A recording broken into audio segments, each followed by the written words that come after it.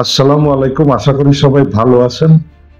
আপনারা জানেন যে বাংলাদেশে আসলে গত 5ই আগস্টের পর থেকে শেখ হাসিনা পালিয়ে যাওয়ার পরে আওয়ামী লীগ সরকারের পতন থাকলে আওয়ামী লীগের বিভিন্ন পর্যায়ের নেতাকর্মীকে আসলে বিভিন্ন অভিযোগের প্রেক্ষিতে গ্রেপ্তার করা হচ্ছে। তাদের অধিকাংশের বিরুদ্ধে আসলে মামলা রয়েছে এবং আবার অনেককে সন্দেহভাজন হিসাবে গ্রেপ্তার করা হচ্ছে। আর এই গ্রেপ্তারের কারণে সারা বাংলাদেশের যে কারাগারের ধারণ ক্ষমতার থেকে প্রায় দ্বিগুণের কাছাকাছি এখন আপনার বন্দী রয়েছে। সারা দেশের কারাগারে বন্দী ৭০,০০০।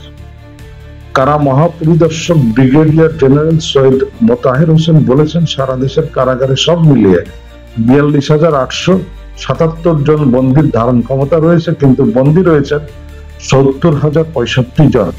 সোমবার দুপুরে ঢাকার বকশীবাজারে কারা সদর দপ্তরে আয়োজিত এক সংবাদ সম্মেলনে তিনি এ তথ্য জানান।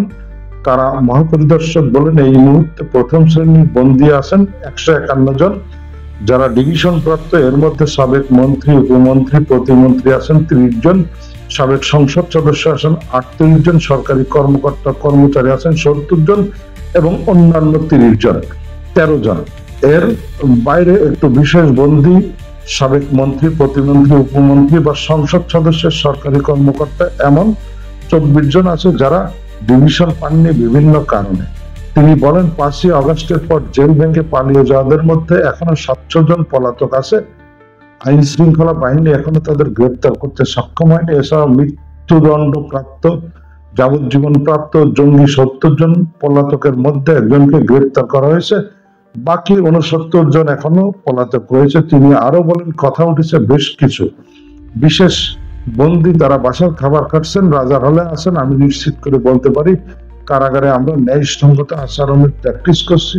শুধু যে বিশেষ বন্দী তা না, যে কোনো বন্দির ক্ষেত্রে আমরা ছাড় দিচ্ছি না।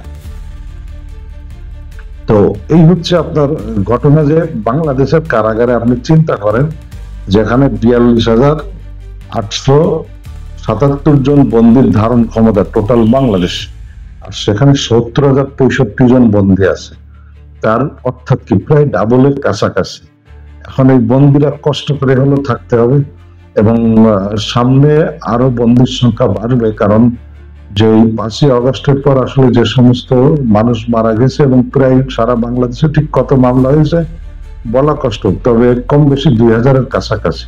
এবং এই সমস্ত মামলার যে সমস্ত আসামিরা রয়েছে তারা এখনো কিন্তু সবাই ধরা পড়েন নাই, কারণ যে পরিমাণ আসামি করা হয়েছে তার তুলনায় হয়তো খুবই কম আসামি ধরা পড়েছে। তো সেই কারণে কারাগারে বন্দীর সংখ্যা আরো বাড়বে।